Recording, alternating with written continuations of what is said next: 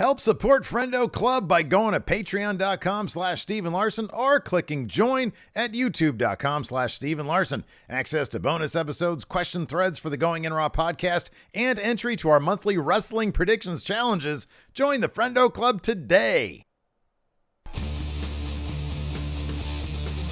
Hey, Friendo, Steve here. And Larson. And welcome back to Going In Raw. It's the only pro wrestling podcast you need to be listening to for 10 years now. On today's episode, I know, way too long. Today's episode, we're talking last night's Monday Night Raw on the road to the Royal Rumble. It'll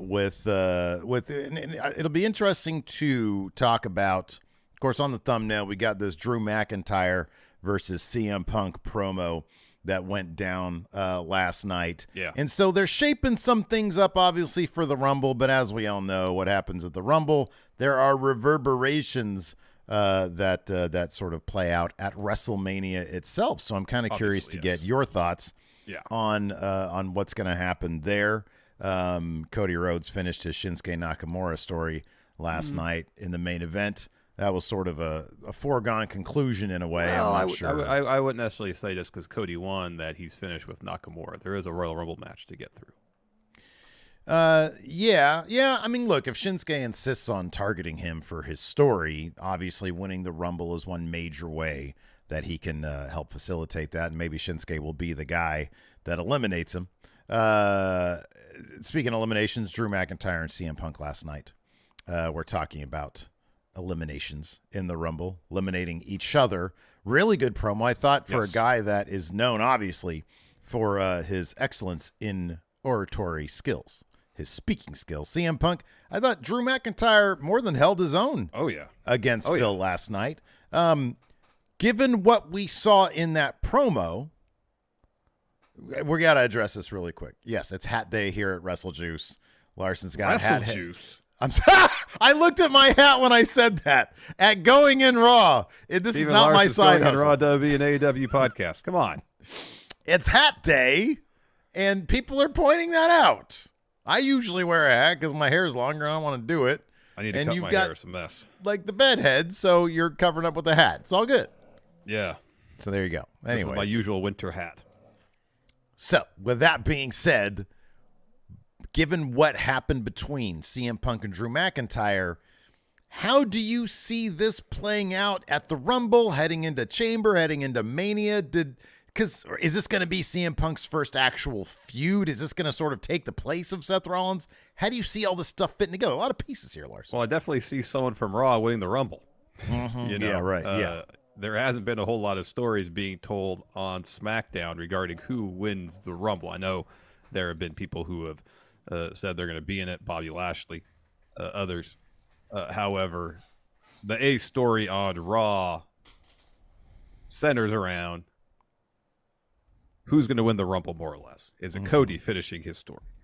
Is it Drew McIntyre finishing his story? Is it CM Punk finishing his story? How does Seth Rollins play into all that? Because whoever doesn't win the Rumble from the Raw side, you got to think is going to be a prospective opponent for Seth Rollins at WrestleMania. Yeah, right. Regarding Drew's promo, I thought it was great.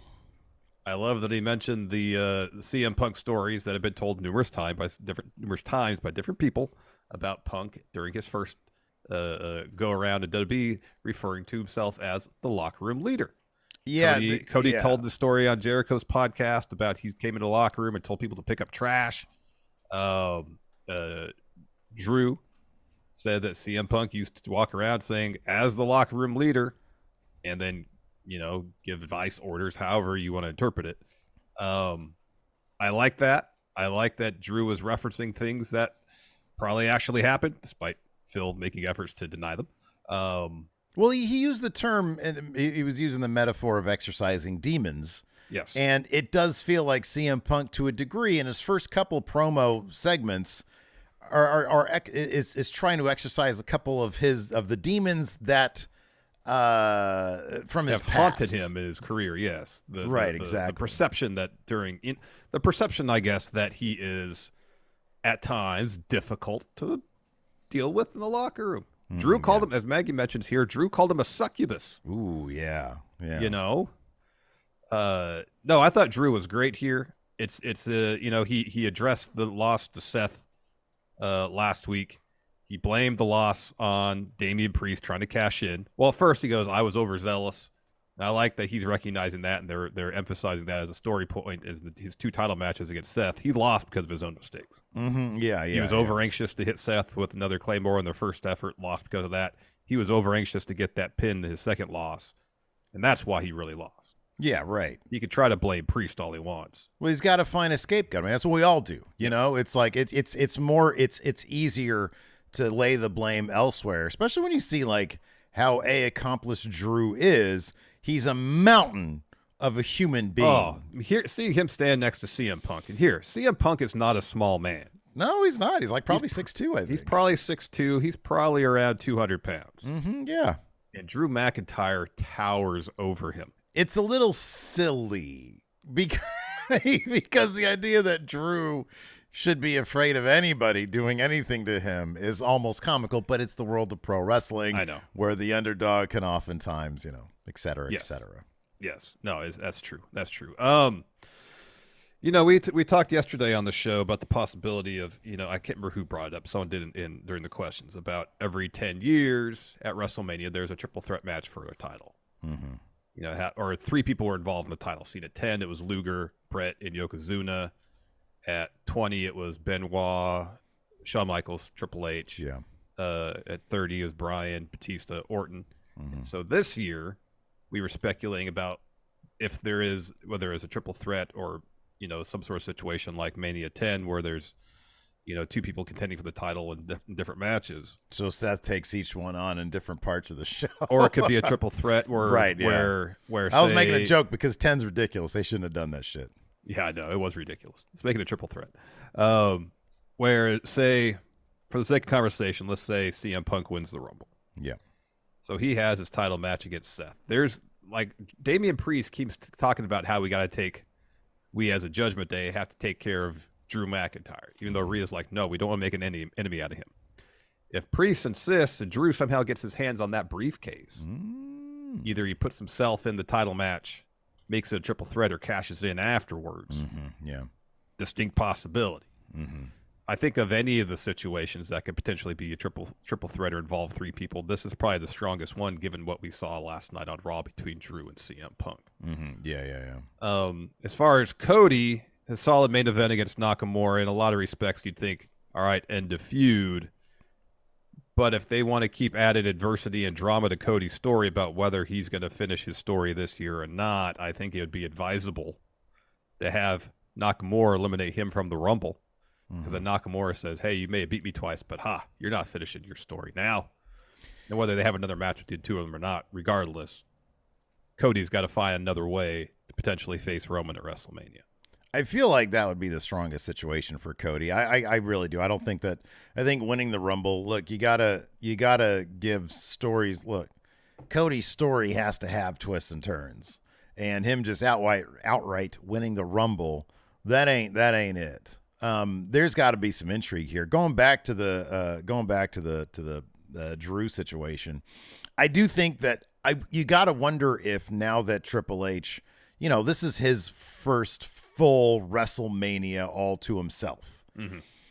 And you have to ask yourself, given that it's a 2-night event, is he going to get ambitious with the stories he tells at WrestleMania as a self-contained thing? Obviously the build leading up to it, but will we get a situation where Priest and Drew McIntyre opens the show for the briefcase, and then Drew McIntyre does what you say, and he ends up cashing in to make it a triple threat in the main event?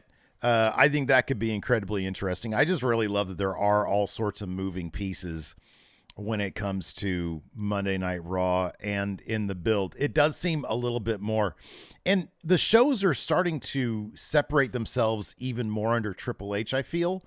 Like when you look at what's happening on SmackDown, yeah, like Lashley declared for the Rumble, kind of obvious that him and Cross are going to end up probably, eliminating each other or however that's going to work. Or one or the other, one eliminating the other, yeah. But you got AJ, you got like SmackDown's 3 biggest potential WWE title contenders in AJ, LA Knight, and Randy Orton. all going at, they're not even unless they do the thing where they have the title match before the men's rumble and they still enter themselves in. I'd be kind of surprised if they do that, simply because there are, like, the roster is loaded. Yeah. And, on top of that, there will probably be at least a couple NXT, appearances / call-ups in the rumble as well. Maybe some returns, like, I don't know how long Sheamus is supposed to be out, for example. Yeah. But, like, Sheamus could come back. That's another spot. I just read that Rey Mysterio wants to get back. By the Rumble for the okay. Yeah. Well, there you go. So that being said, I there's a lot of moving pieces on Raw, and yeah, the obvious one would be, and it's funny too that with that promo, it wasn't just CM Punk sort of exercising demons and dealing with perception, but Drew McIntyre openly saying, "I'm going to step away from WWE," something that we had heard in sort of the real world of contracts. Him referencing that also, I thought, was really, really interesting.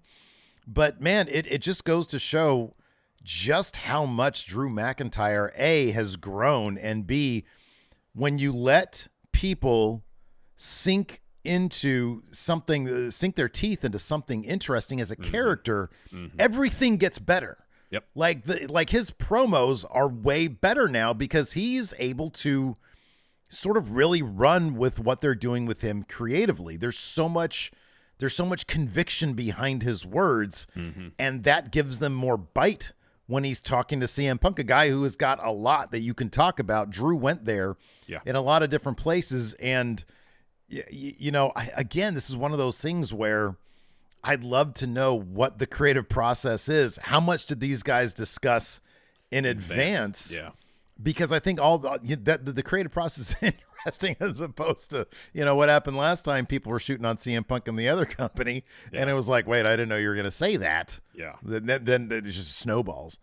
But I don't know. I think it'll be interesting to see. I loved a lot of Punk's lines. I'm a nice guy until I get pushed. And if you saw me as Satan, that says more about you than it does me. And I loved his promo. I thought all that stuff was really good. Yeah, it was a good segment. It was probably the highlight of Raw. Also the highlight of Raw. Let's talk R-Truth as member of Judgment Day. He had this video talking about his history with Judgment Day and in his version of it. It goes all the way back to the day he was born. Yeah, literally. Yeah, the graphics in this were absolutely amazing. And I don't know. Like, they just have either some Photoshop whizzes, there's a touch of AI, I don't know, but that baby picture of Judgment Day was amazing, was outstanding. It was pretty funny. And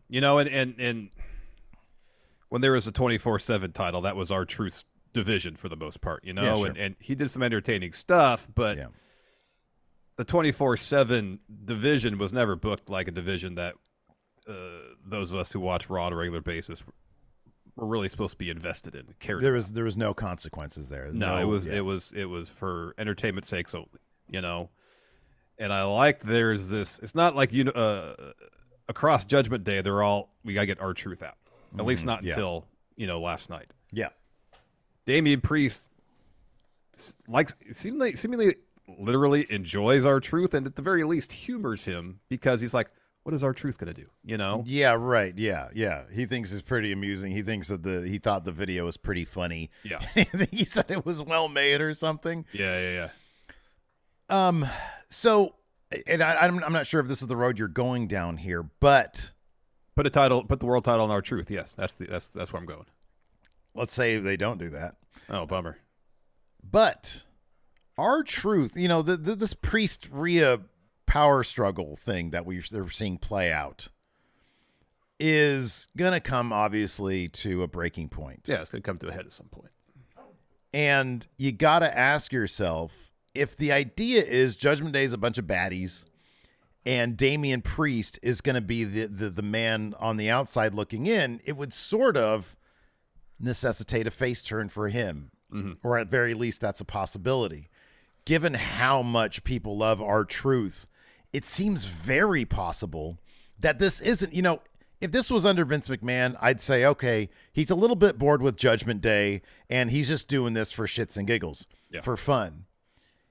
I think it's entirely possible and entirely likely that the drama of Damian Priest being eventually ejected from Judgment Day, be it through his own volition or them doing it, R-Truth might have a major role to play in that. Yeah. And what a delicate balance that is, the complete sort of absurdity of R-Truth's character and this very serious situation with Damian, or what could be played out for high drama, the situation with Damian Priest and Judgment Day. If you want, it's a tried and true tradition. You want to get somebody over as a face, you put them with somebody, or you align them, or you have somebody help them who is incredibly over as a face with the crowd. There's nobody more popular, more loved than R-Truth. You put him in there with anybody, and they're going to pop more for R-Truth than anybody else. Yeah. Because he's so lovable. And I get the feeling that Priest, who is the one guy in Judgment Day who really seems to have a liking for R-Truth, is going to be the guy helped by R-Truth in getting him over as a face. Now, what exact journey that's gonna take form in, I don't know. But I don't think this is like just a short detour into comedy for Judgment Day. This is something bigger that will play out in a major way with R-Truth. Yeah. You'd think so. You wouldn't think it to be a situation. If it was just a situation where they were interjecting R-Truth into Judgment Day's storyline for the sake of comedy, and as great as everybody is involved, you'd say that's kind of an odd detour for Judgment Day, given where they were seemingly going. Yeah. But if it's a situation where R-Truth ends up being the one to really splinter Judgment Day and maybe it involves Damian Priest losing that briefcase. In the end, Truth is kind of the only person Priest can lean on after getting bounced, whether again by his own volition or forcefully out of Judgment Day. Yeah. And that could be interesting. Have them be a team. Yeah. And if that's where they're going, that's interesting stuff. And hopefully it is leading to something interesting and weighty, because that'd be great for R-Truth too.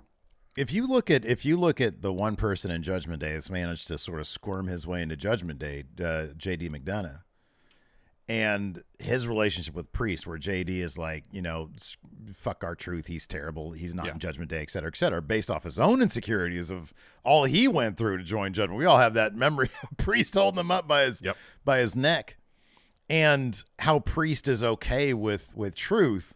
Man, there would be nobody in Judgment Day happier to get rid of Priest than JD McDonough. And you see him sometimes taking the lead over even Dominic Mysterio. He's very vocal. Yeah. Dom still, to this day, keeps to the back, Yep. And Finn seems cool with everybody, but he's a bit of a hothead, and he's a bit of an X factor. And then Rhea, obviously, is the leader, but also finds difficulty in sort of controlling Priest. Yeah. And moving Judgment Day in her direction without some push and pull from him. And given that Truth and JD seem to be on like complete opposite ends of that particular spectrum, I could see it playing out somehow where JD orchestrates Priest getting kicked out somehow, and Truth ends up helping in some way, shape, or form. I have no idea how that's going to play out, but it's something that I kind of don't take as, oh, this is just a short detour into comedy. Yeah. This is going to play out somehow, and I don't know how, so. But Truth is the man to get it done because he is so loved. And don't you love that they took so long to bring Truth back? Why? For a reason. For a vital story reason. And I'm interested to see how that plays out. Same. And we're talking predominantly about how it could affect Damian Priest's trajectory as a character going forward. It could be great for R-Truth too. Oh, absolutely. He's been used so much as just kind of the comedy guy. But as beloved as what he is by the WWE universe, by fans everywhere, to get him involved in like a real meaty story. Yeah, right. Yeah. That could take him places as well. Yeah. That's awesome. It might actually, because he's an absurdist character. Yeah. You don't exactly know what the hell's going on up in that head of his. But if you can add some depth to that, some explanation as to why does he think these things, that could give him a whole new career. I'm going to give her this calming bite right here because she's just on my ass right now, and then we're going to talk about our sponsor today. We will. So, yeah, interesting direction for Judgment Day and our truth.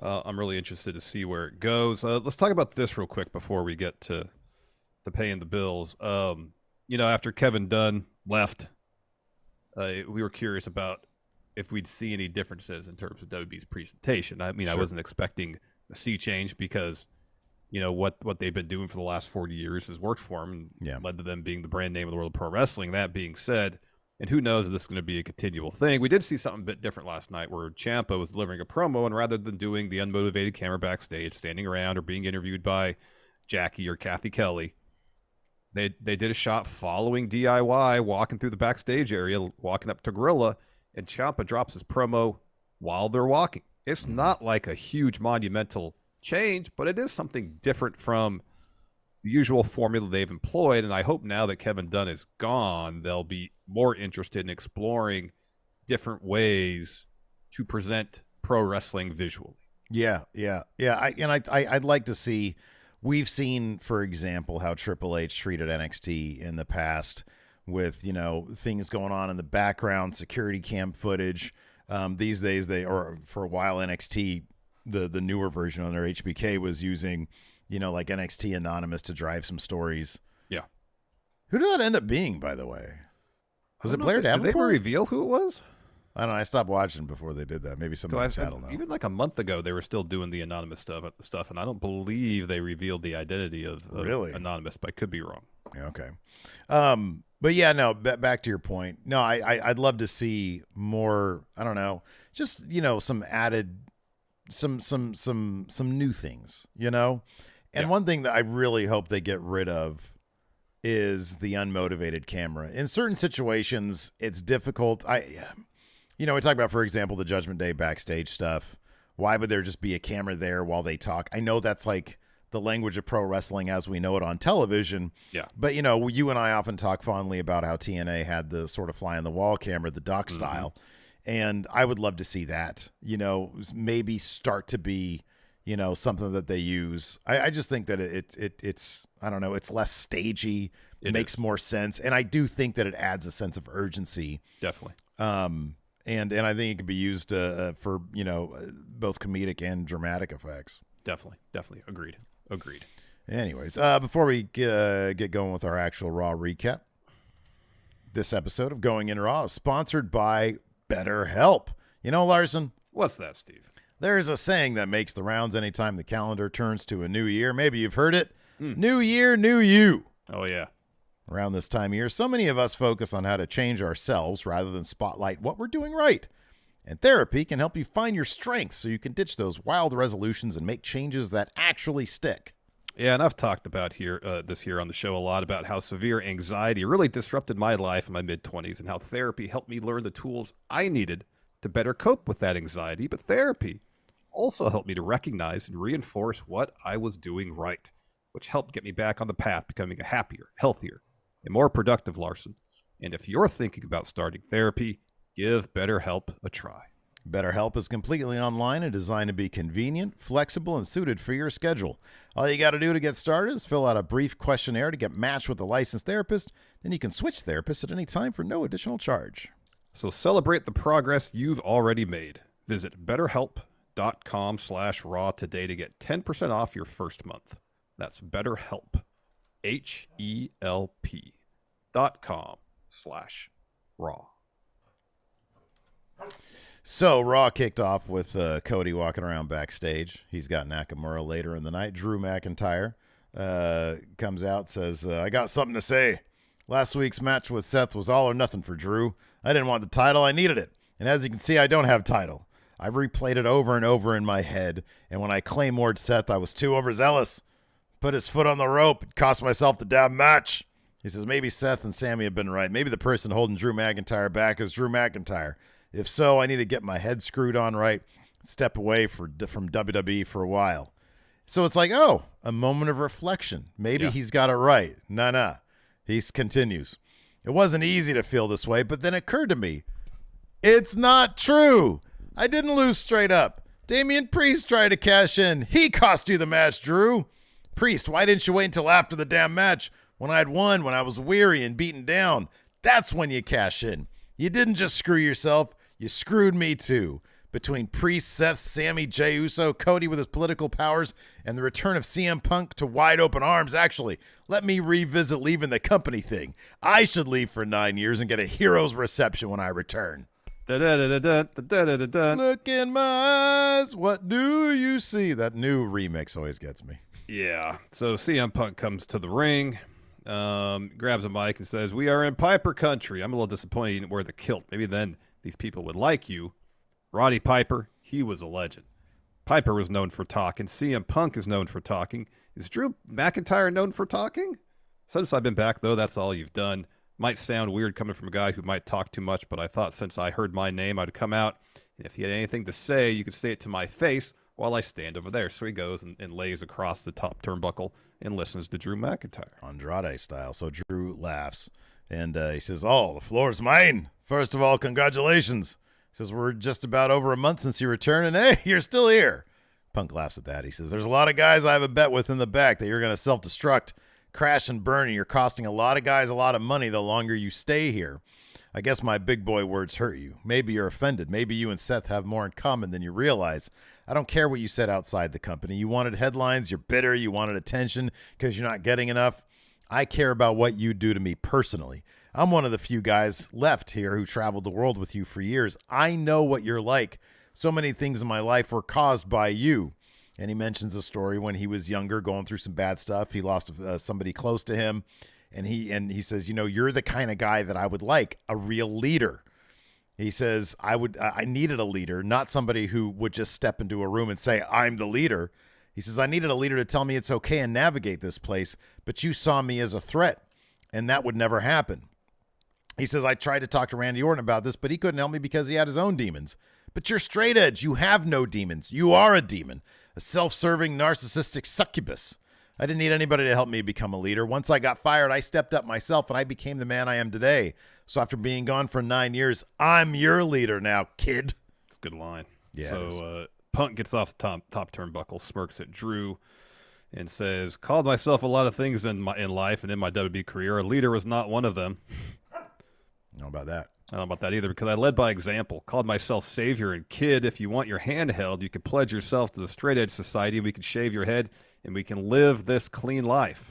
That was a good line too, though. I like that. Yeah, that was good. Talk about demons. Listen, if I'm not a leader, who did you watch walk out of this company? It was me. Who did I watch walk back in, being stronger, faster, winning the Rumble, and main eventing WrestleMania?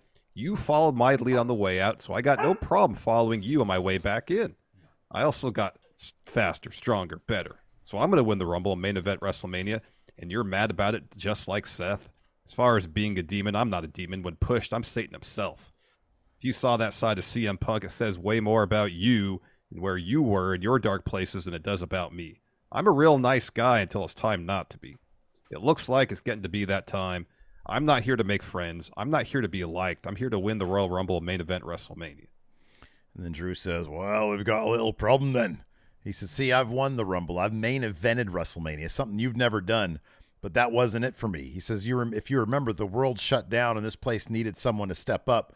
Those wins were for the whole world. When some of our superstars stepped away, and if it was up to you, you would have stepped away too, because when the going gets tough, Punk gets going. This time, if you're in the Rumble with me, call yourself Satan. I will exorcise you, eliminate you, go back to the main event at WrestleMania, and win the title in front of my fans. And this time, I'm doing it for me." So then Punk says, "It's getting spicy in here, Drew, so I'm going to lead by example and walk away before I kick your teeth down your throat. There's one person who can stop me from accomplishing my goals, and that's me. I got out of my own way a long time ago. You can't stop me. Seth can't stop me. Cody can't stop me from winning the Rumble. Drew, leader to leader, because I'm such a nice guy, I'm going to throw you out last." I like that whole thing, man. I like that Punk said, and I don't know if they were in the notes here, but he says, "You did what I want to do." Yeah. And I love that. I think that's great because, again, what do we always say? You want to put over your opponent. Acknowledge their accomplishments. Mm-hmm. And I like that moment from Punk. I like that. And I liked also the blocking of this promo.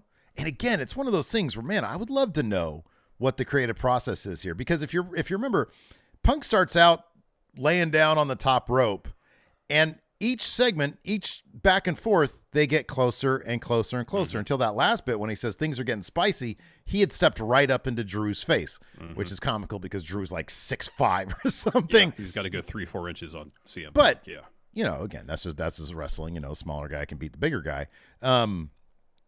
But yeah, I thought this promo was it was the highlight of Raw. It was awesome. Yeah. It was really good stuff. It was good stuff. It was really good stuff. Yeah.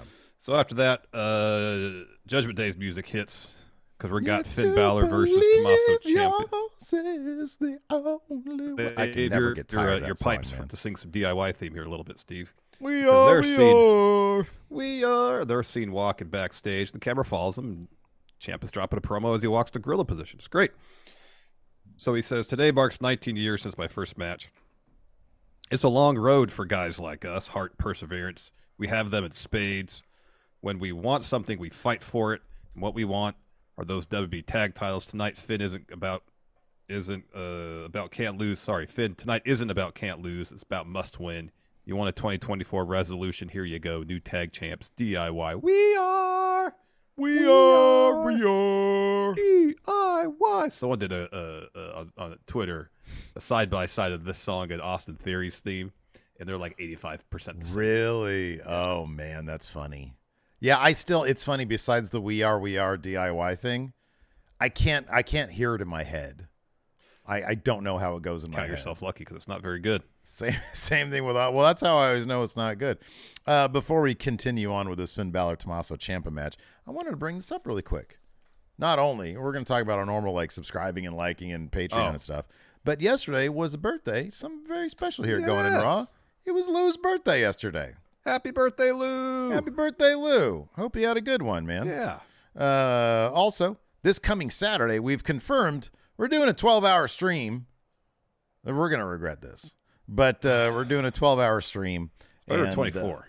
When are we going to start? Like 10 in the morning? Yeah, I'll start at 10. Anything else is too early. Same. Agreed. So 10 in the morning, Pacific time, which would be 1 Eastern. 1 Eastern. So be sure to join us. We're going to do it on both platforms, YouTube and Twitch. We're going to play some GTA on the PlayStation. So hang out with that. Hang out with us for that. If you have GTA on PlayStation, come join us. Yeah. We're going to do another We Book Raw pay-per-view. Sure. On the WWE 2K stuff. We're going to be answering a lot of questions. We're going to watch TNA's Hard to Kill. Right. Done. Booked. Done. That's at least, that sounds like at least a good 6 to 7 hours of a 12-hour pay-per-view or 12-hour live stream. Well, what did I say yesterday? 2 hours of GTA. Done. 3 hours of WWE. Yeah. That's what is that? 5 hours. Plus 3 hours of Impact. That's 8. That's 8. So there's 4 more to fill. And with 2 more hours of GTA, so that's 10. And then somewhere in the middle, flag trivia, maybe. I don't know. Oh, we got that WWE trivia game that EV sent us. It. Done. Yeah. Booked. Done. Also, over at Friendo Club Wrestling today, we've been reacting to the Friendo hot takes. There's some good ones in there, so be sure to check that out at Friendo Club Wrestling. It's our channel. Also, a couple days ago, we reacted to Dave Meltzer's Wrestle Kingdom star ratings, which he had up within 48 hours. I think it was 48 hours. I like to think that we had some influence on all that. Influencing the world. In a positive way. Both, maybe. Let's see here. What's going on? Also, we got a Patreon, patreon.com/Steven Larson, where we offer up. Also, it's if you click on join on the YouTube, you get the same thing you get over the Patreon as well. So 2 options there for you to get the Friendo Club set up, get access to bonus episodes. You get access to the Big Blue Predictions Challenge, which is at Hard to Kill. We're going to do an advantage round where you could get an advantage going into the Royal Rumble Big Blue Prediction Challenge. Correct. You also get access to the question threads for all of our recap episodes. So be sure to click on that join button here on YouTube or go to patreon.com/Steven Larson. $5 a month or up gets you access to all that great stuff. So be sure to check that out. Correct. Also, hit that subscribe button, man. We're like, look, if we get to 190, what if we get to 199,991 by like the end of our 12-hour stream? Are we going to do another 12-hour stream? I don't know. Next month? I don't want to book that far ahead. We're 735 subs away right now. So, not to say it's impossible. It's doable. We got 560 people watching right now. Please, if you haven't subbed, hit that subscribe button, hit that notify bell. While you're pressing buttons here on the YouTube, press the one that looks like a thumbs up. That's the like button. Yeah, hit that like, man. We'd like to get lots of likes here for our videos, especially when we're doing them live.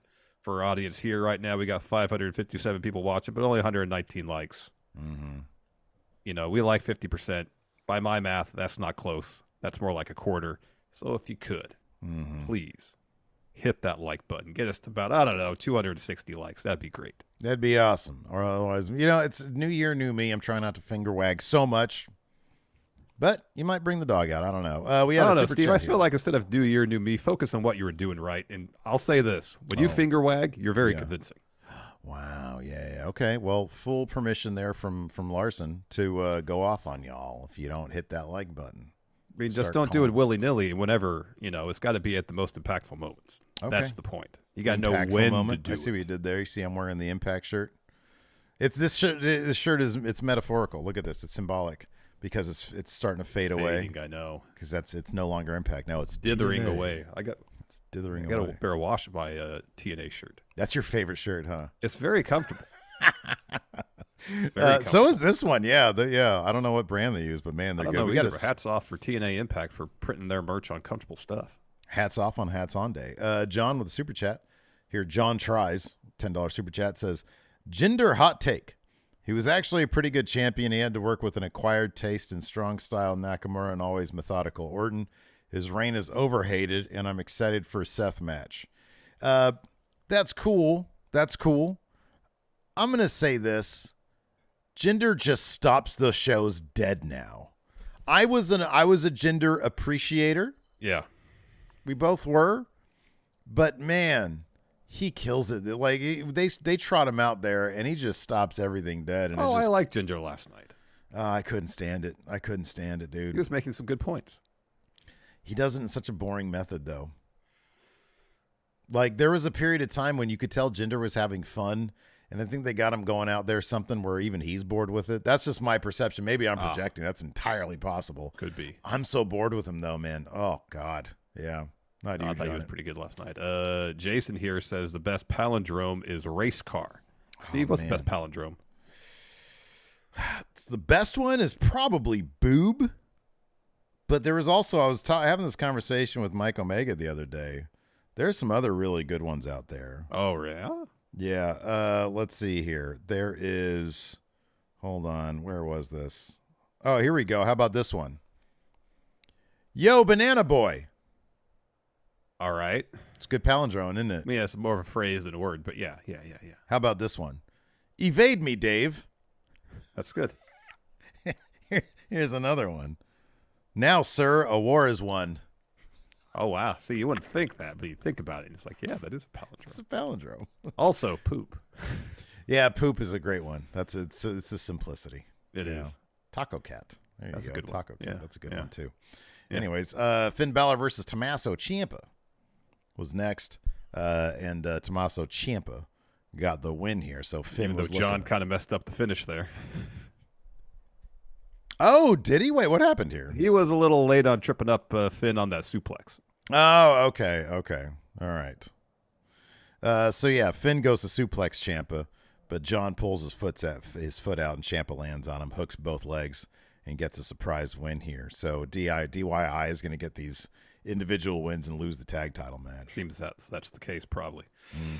Then we get a video package of Nia and Becky last week, and then we get a Becky interview.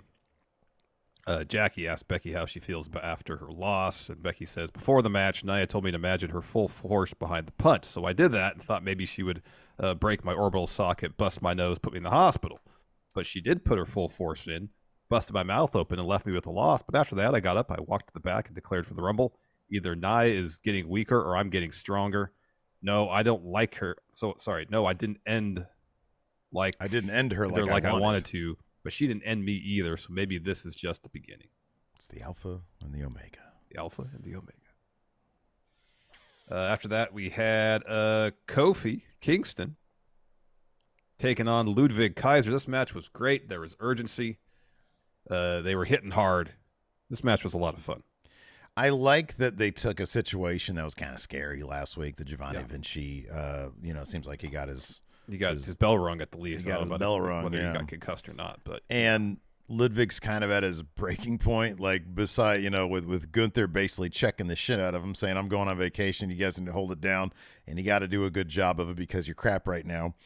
Giovanni Vinci began. Kaiser's kind of at his breaking point, and it exploded in this match. It ended with a count out, so Kaiser sort of finishes here with Kaiser stomps at Kofi in the corner, goes for a flying something, gets nothing. Kofi gets the boots up.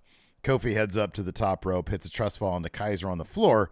Kofi leaps over the steps on an Irish whip and comes back flying off the steps and takes out Kaiser.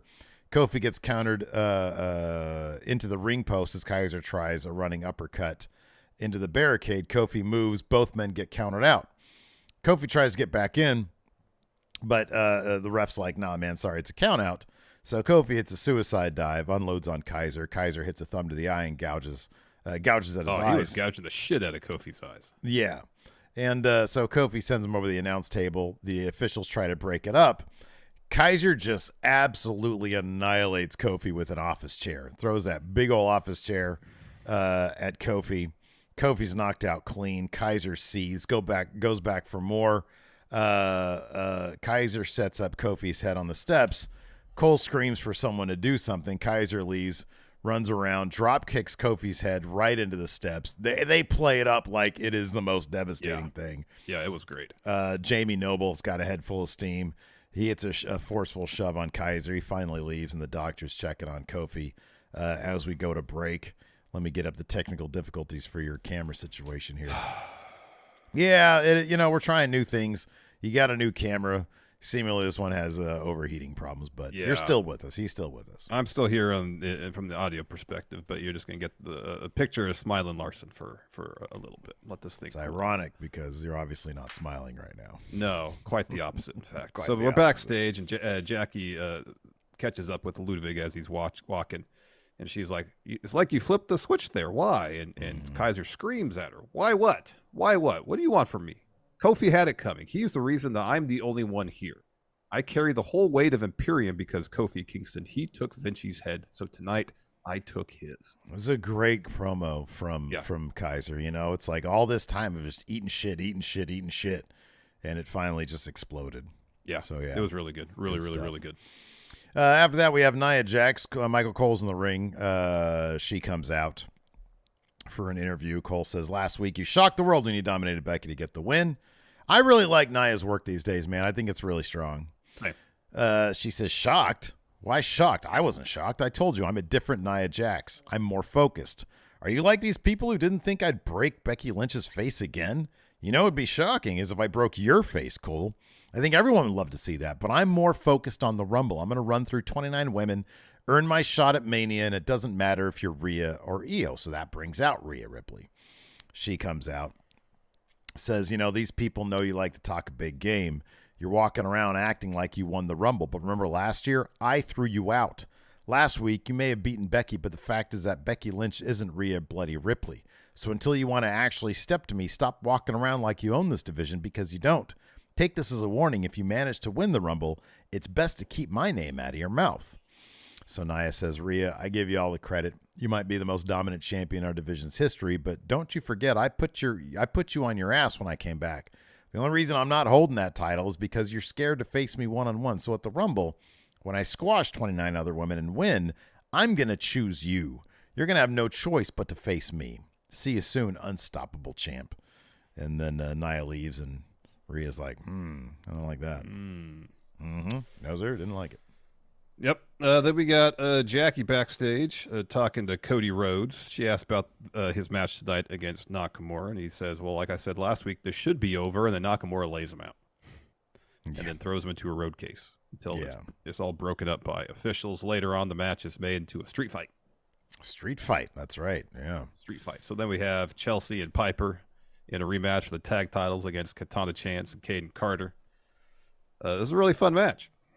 Yeah, this was a lot of fun, and the finish was really super creative.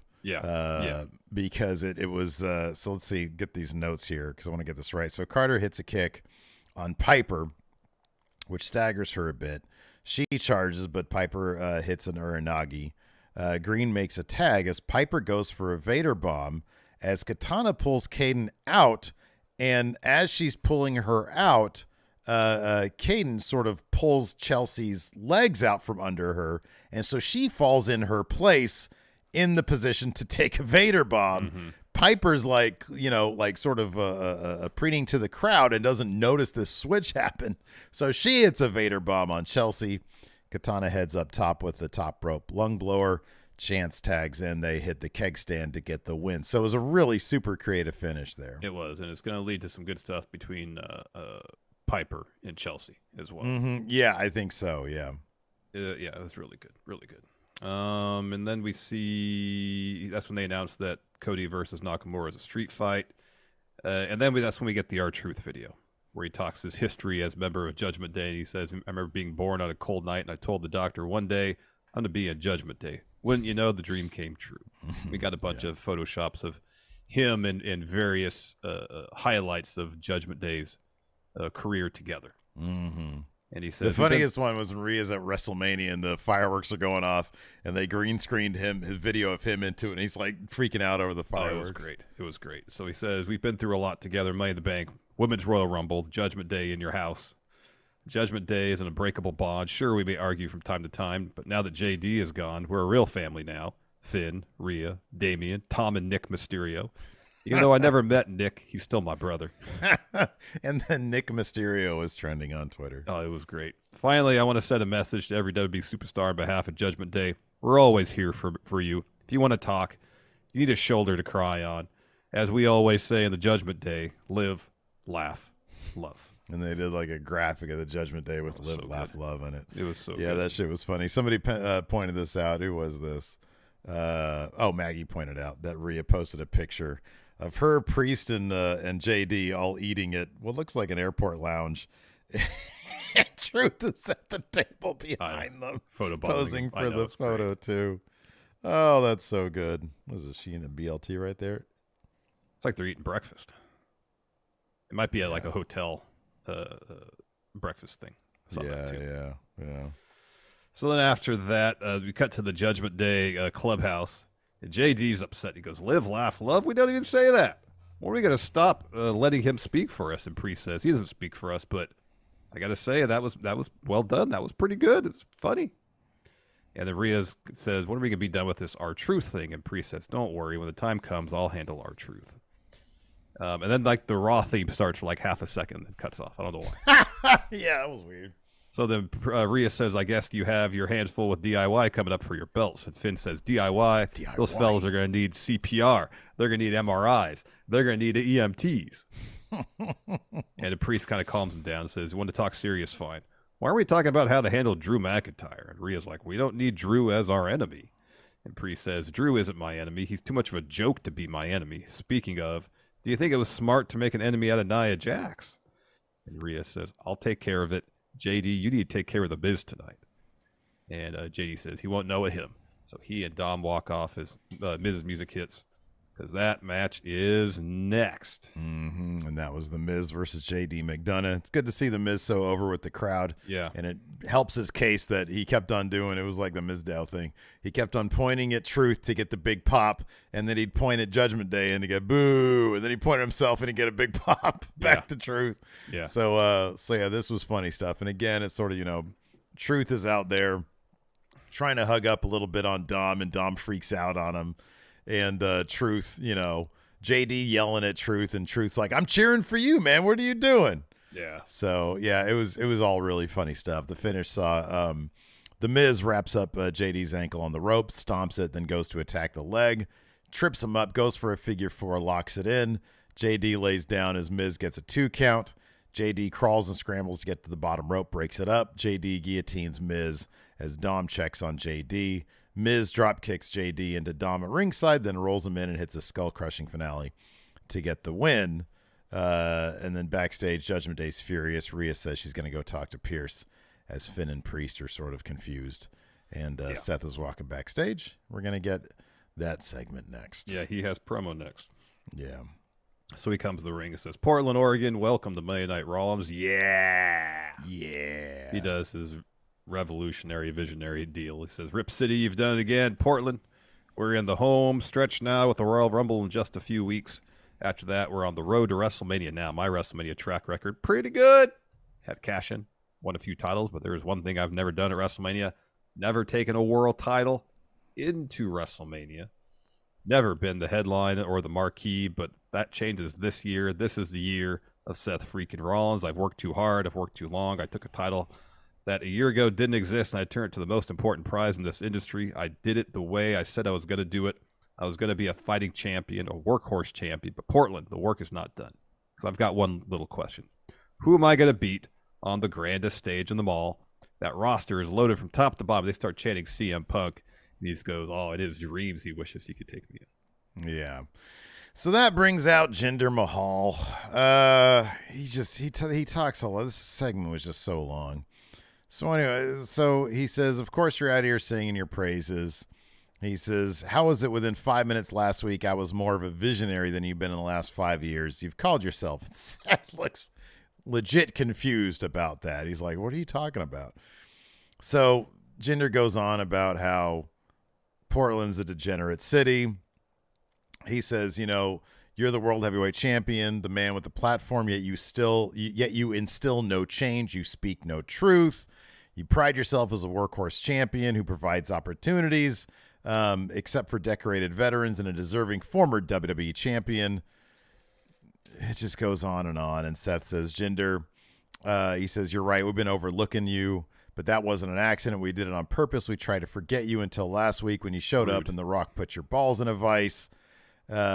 He says, I admire the fact that after you got fried last week, you got back up, and I respect that. What I don't respect is you coming out here, ruining our party, getting in my face. Jinder ends up attacking Seth from behind. Seth fights back. Mahal hits a clothesline, goes for a coloss, but Seth kicks him, goes for a stomp, but Jinder rolls him up. And then it was announced a little bit later on, we're getting a match between these two next week on Raw. Yep. Yeah, both of Jinder's segments this week and last went on a bit long, but I'm not bored by them. I'll be honest with you, I was bored by it. Like, it's just, it's too much. Like last week with The Rock, I legit felt that like they just put him out there and I don't know, there was some snafu backstage, but it was really long that he was out there. Really long. It was really long. And this, it's just, there's nothing, I don't know, the whole, I don't know. Like it's elements of foreign heel. It's not so like, no, it's not overbearing. No, it's not overbearing, which kind of just makes it boring because he's just sort of droning on. And it's just like, oh my God, this is killing my soul right now. So yeah, I'm not into it. Very well. Nakamura is warming up backstage, and then we get Alpha Academy. They make the way to the ring because Otis is taking on Ivar next. And yeah, this is what you expect from two pretty large dudes. Meat slapping meat. Meat slapping meat. That's what we got here. The finish was pretty cool. So at one point, Otis catches Ivar with the world's strongest slam. It was a pretty impressive feat. Later on, Otis hits a caterpillar, gets a 2 count with that. He looks for a choke slam, but Ivar blocks it, hits a boot, cartwheels to avoid Otis, and hits a spinning spinning heel kick, sorry. Then he goes up top, hits the moonsault to get the win. So a huge win for Ivar. It's cool. They're giving him a bit of a story since it seems like Eric's going to be out for a while. Yeah, I like it. I'm assuming this is have him and Chad Gable. I'm assuming this is just heading towards him and Chad Gable for like a really good match. I don't think because they haven't done a thing yet, have they? I don't think so. Well, I think he's getting there. Yeah. Maybe Chad Gable will beat Ivar on the road to losing to Gunther again. That could be. No, I like what they're doing with Ivar, though. You're right. I think it's good. It's sort of like on par. It's like a little bit better than what they're doing with Bronson Reed, who also popped up briefly here. So backstage. Oh, yeah. In this next segment, actually, Jackie's backstage with Jey Uso.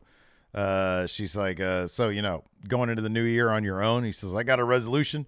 Your boy's about to get his first WWE Singles Championship in 2024. New yeet. Know what I mean?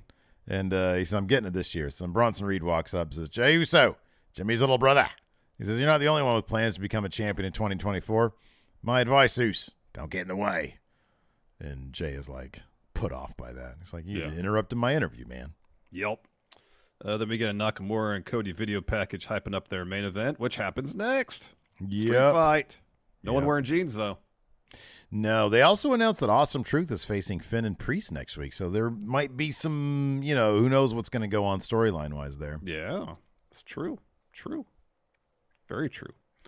This was a fun match. They gave it plenty of time. It was, I think the introduction started with about, half hour left in the show, maybe even more than that.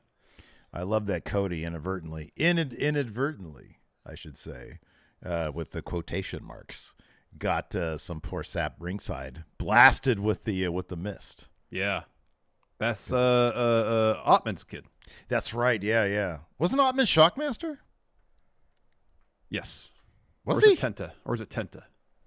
Hold on a second. Wasn't he Fred Ottman? Fred Ottman. Tugboat, right? I guess Cody's cousin is Berkeley Ottman. Yes, Fred Ottman was Shockmaster. This is Shockmaster Jr. Got blasted with the mist. That's Cody's cousin, yeah. Yes, correct. Yeah, right. Yeah. So Nakamura missed the poor timekeeper, Berkeley. And part of me was hoping that Cody's compassion for other people would lead him to lose. Yeah, right. I know. Like this timekeeper guy got blasted with the mist because Cody ducked it. Mm-hmm. And Cody's like, oh my gosh, got blasted with mist. Oh, he's my cousin too. And and for a second, he's like, hey, somebody come help him. Mm-hmm. And then eventually that happens. So he focuses on the match because Nakamura lays him out from behind. But I kind of wish that because he turned his focus briefly to his cousin getting misted, Nakamura could have got a win here. Yeah. I kind of like the idea that Cody is low key kind of a dick. Yeah. He does all the superficial nice things hey, I'll be your best man. I'm going to bring all these. Yeah, right. Exactly. Is he really going to show up? He, brings all these kids out to WrestleMania, get some WrestleMania tickets. It's a very politician thing. He's very good on the surface and he does all these sort of superficial things where he could throw money at stuff to help his position. But really, he's kind of a prick. Yeah. And I wish that they would embrace that a little bit because he should have lost this because his cousin got, and that was a lot of mist in the face. It was a ton of mist. Full soil load of mist right on this dude's face. Yeah. And yeah, Cody should have been a lot more concerned, but he ended up still winning because he doesn't sacrifice anything that's real. It's true. Yeah, man. Certainly not victories. It's just like AEW Cody, It's oh, I'm out. And the whole story has to be about me. Still has to be about me. Love it. So eventually Nakamura brings another table in the ring, sets in the corner, puts a sleeper on Cody. Cody gets out of it, hits a half-and-half suplex. Nakamura then responds with the sliding German suplex, flying knee off the middle rope. He's looking for a Kinshasa, but runs into a super kick from Cody. Cody follows with a pedigree and gets a 2. Mm-hmm. Cody then hits a Cody cutter, then calls for the crossroads, but Nakamura rolls him up to get a 2 count there. He sets up for the Kinshasa, misses, and Cody throws him the table set up in the corner. 1 crossroads later, Cody gets the win. Yep. Yeah, I think that'd be cool though if Nakamura is the guy to eliminate him from the Rumble. It makes all the sense because even though Nakamura's lost both these matches, at least you could say, well, I kept you from finishing your story, Cody. Mm-hmm. Only for Cody to win Elimination Chamber or something. Yeah, exactly. Yeah, Triple H seems to like the whole. It's just like the cross stuff, It's well, I might have my shoulders pinned to the mat, but I'll still get the ultimate win on you. Exactly. Want to answer some questions? Let me see if my camera's working now. See if we can answer some questions here. Let's see. Aaron here with the super chat. Let me turn this camera on. I'm back. Back. Baby. For now, Aaron here says, R-Truth was always good, but now he pops me from my couch every time. He's unmatched in the comedy role. Hope he gets manager, interviewer when he's done. He needs a mic. Also, who is this technical guy and where is Larson? I'm back. For now. He's back, baby. See how long. Let's also see how long this camera sticks around. One more thing I could try if that doesn't work. Yeah, right. Yeah. David says, with Amazon possibly in the running for Raw TV rights, what other streaming services do you think should also be involved?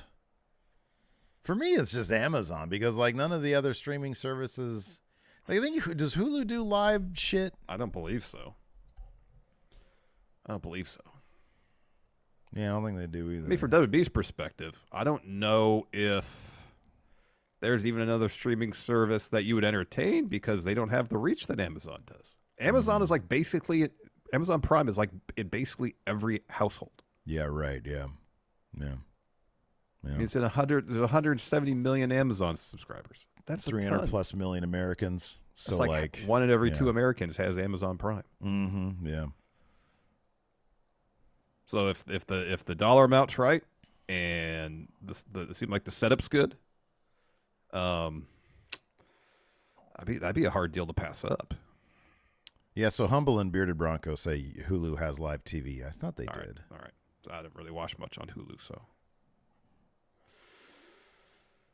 Neat Kyle here asks, which women's wrestler would you like to see joining Lashley and Street Profits to go after Scarlett? Well, BFAB's done some stuff with Lashley. There's a couple segments or a couple times where she was watching like Street Profits matches backstage with Lashley, so that'd be cool. Yeah, I wonder what the deal with that's gonna be. I know this whole time with this Lashley Street Profits thing, they've seemed like hesitant to really commit to it, and I wonder why. I wonder if it's trying to figure out what it seems like in real time. They're trying to figure out what direction they're going to take. Seems like it. And maybe the situation with the crowd reception of Lashley, not exactly like that he might is over as a face, and it seemed like they wanted Lashley, the Street Profits, to be heels. Yeah, you're right. Yeah, and you got to wonder. It's like, okay, well, we had a role for him as a big time heel, and maybe they had a whole story in like booked for 6 months. That was predicated on him being a bad guy. It's possible. And then he goes out there and nobody's booing him. No, how could you boo Bobby Lashley? Well, no, I know. But like, that's also a relatively, like when he came out with the Profits, that was the first time he seemed bulletproof with the crowd. Like before that, he was able to get bad guy reactions and good guy reactions. Yeah. And now he can't get bad guy reactions. No, he can't. Everybody loves Bobby Lashley. How can you not love Bobby Lashley? He's at that point. He's at that point where it's like, we're not going to boo. Randy Orton, I think, is kind of at that point, too, where people are not going to boo him. They're not going to boo him. He's got to do something pretty nasty to get boos these days. And people are going to, you know what they're going to do? If Randy Orton does something pretty nasty, they're going to say one more time. Yeah, probably. Doesn't matter who it's on. Maybe Orton could get booed if he attacks R-Truth. You know what I mean? What about Cody if he attacks Cody? No. They'll give him one more time. Because Cody wins all the time. Yeah, he does. It gets boring. Mr. Sinister says, what would your reactions be if Miami aliens were coming through the portals with Lashley's theme playing? Woo! Yeah. I just prime myself for incineration because what chance do I have? Well, okay, hold on, though. What would Miami aliens think if they heard Bobby Lashley's theme song? They go right back up into those portals, back to whatever distant planet they came from, and they'd say, no chance, we can't compete with that. We ain't going back there. They landed that mall in Miami and heard boom, boom, boom, boom. Lashley. Da da da da. Da da da da. Ba ba da da. Blake Whitehouse here says, is Nick Mysterio the Miami aliens human name?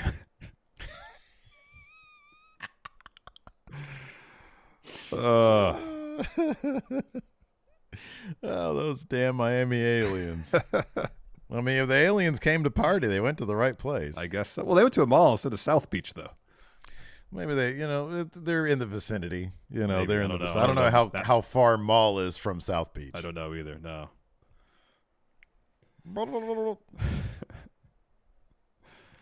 Tymore here says, with Jinder getting a world title shot, it had me wondering, what do you think is the minimum amount of time needed to turn someone from a joke of a jobber to a legit main eventer that is convincing enough to win a world title? More time than they spend on Jinder.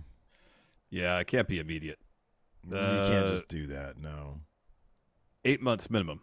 You need a repackage. You need a winning streak. You need an interesting story. I kind of feel like you need to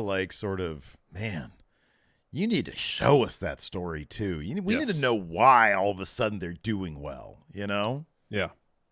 With Jinder, they had it with that dude transformed his body. He looked amazing. The subtext was that he got in amazing shape and then suddenly was world championship wrestler. Yeah. Mm-hmm. Yeah. And they would say he got in amazing shape, and then I don't know if they were really connected the dots that he's in great shape now. He wins. AJ says, is Kevin Dunn's absence already being felt, and how long will it take for production to learn how to capture spots consistently? I thought they did fine. I think they've been doing fine in his absence. I would imagine that's something that's pretty well ingrained in production. I think Fightful reported that it is like somebody who's already been there that's taking his position. Mm-hmm. So I'm sure they figured it out. Tony Mercer says CM Punk has been up against both Seth and Drew now in promo battles, and to me, he's 0-2 in those. Oh, wow. What do you say, Friendos? Oof. Oh, man. My gut says I'd call it a draw. Definitely don't think that he's won. Cowardly way out. Fine. Hot take, Steve. Fine. Go ahead. You're the tepid take guy. Give me a hot take. Come on. I agree with Tony. 0-2 for Phil. Wow. Bias. Phil's on a losing streak. No bias. Bias. Anti-CM Punk bias. Nah, I keep it real, man. Man. I don't know. Once Drew busted out the you used to call yourself the locker room leader, I was like, oh, Drew gets the W here. And then all CM Punk could do in respond is lie about it. So, he was close to the L promo with the I never called myself a leader thing. I think maybe it would have been closer to a W if he had said, I've said a lot of stupid things in my day, like I'm a leader.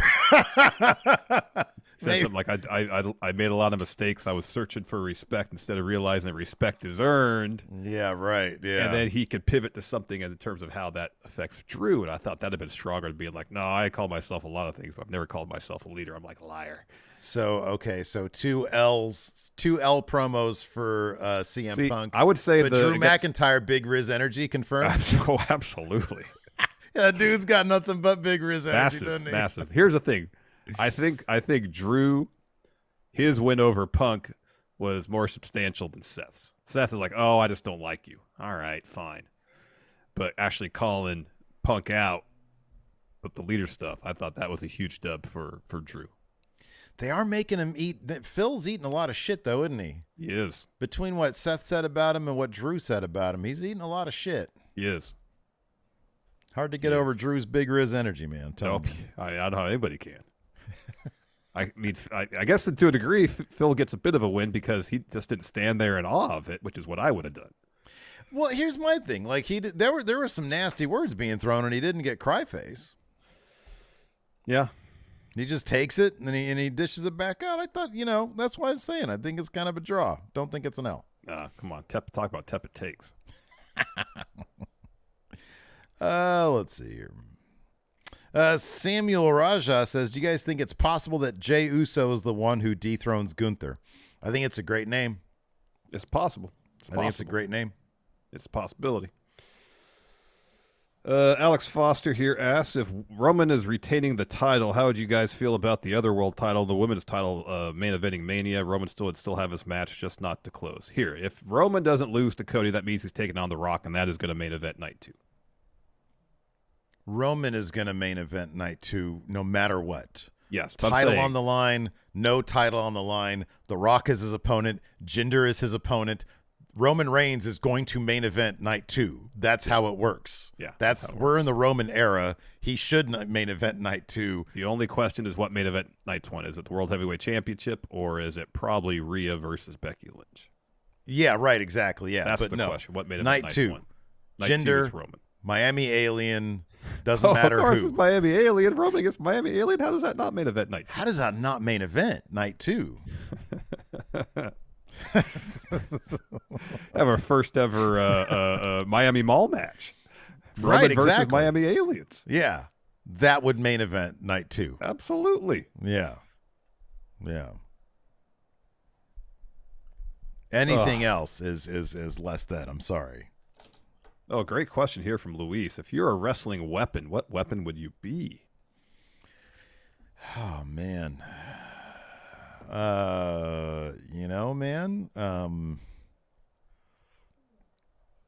I'd be what is the thing Ortiz uses, the sock with the baseball in it. Oh yeah. What is That's that called? what I'd be. Yeah, they call that something. I forgot. Mad ball or something like that. Yeah, something like that. That's what I'd be. Oh, that's a good one. Can I be the car that Eddie Kingston drove that ran down a kid? Sure, if that's what you choose. I'll be that. I'll be car that runs down kid in Impact Wrestling. That Eddie Kingston sitting burning farts into. The smell of Reese's pie. Tanner here says, after last night's reaction, there's no way Rhea doesn't main event the Elimination Chamber pay-per-view. Would you rather have her in a singles match or defend inside the chamber? It's probably going to be Nia versus Rhea at Chamber. Yeah, I could see that. But if they do Roman versus Rock, sorry, Rhea. Yeah. Roman will adopt an Australian accent. Yeah. Because he's main eventing. It's Roman Reigns. Anything Roman Reigns is on, he will main event. Maybe not tag match.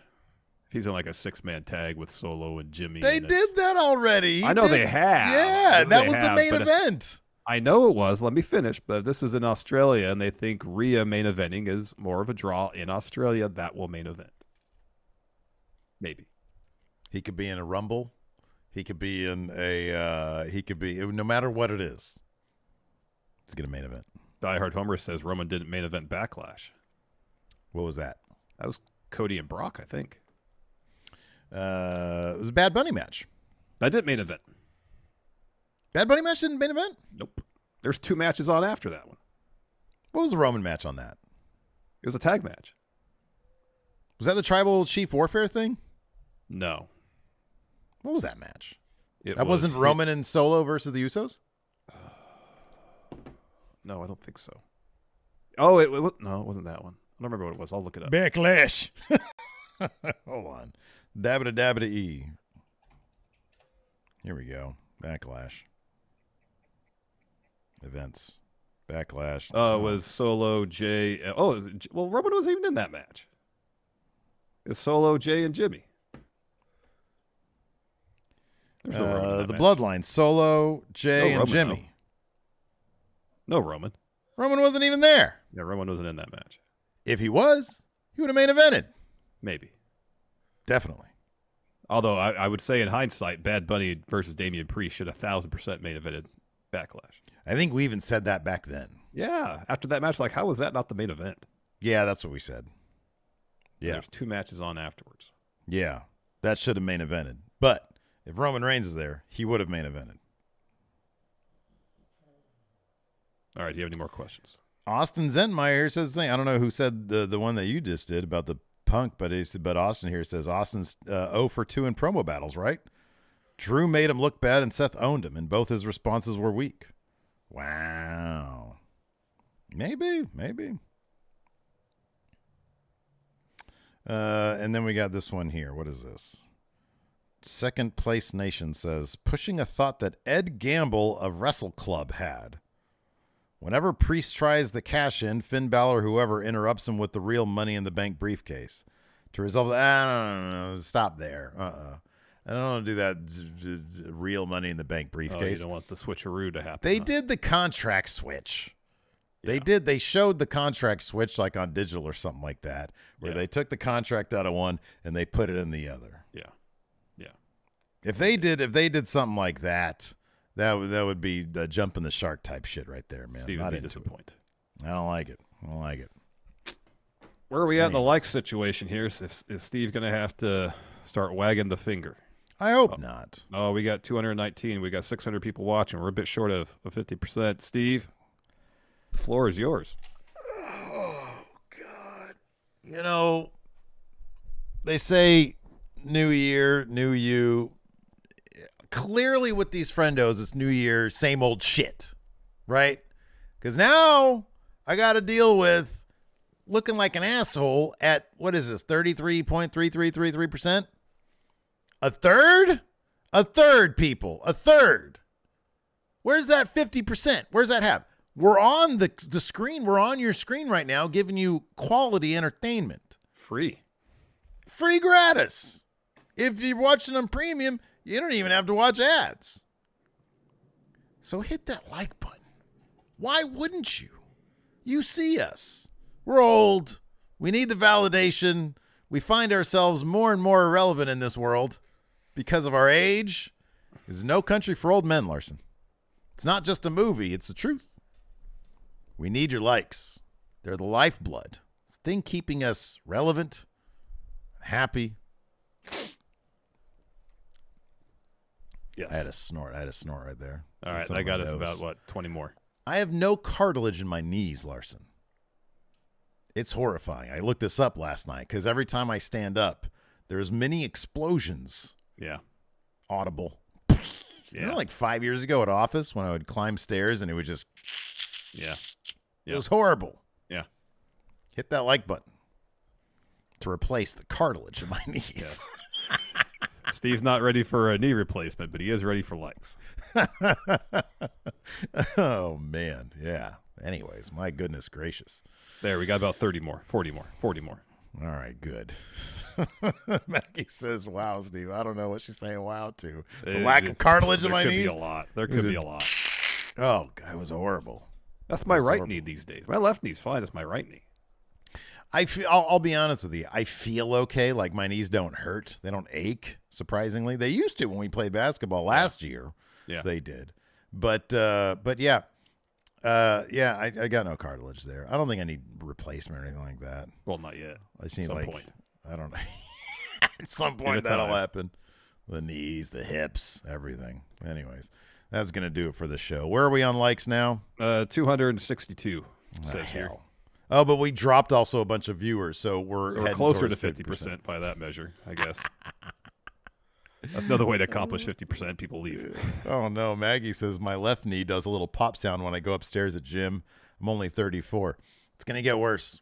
It's going to get much worse. When I do squats, my right knee sounds like someone is ripping paper every time. DJE is completely correct. The knee is sounding like the beginning of Cult of Personality. Yeah.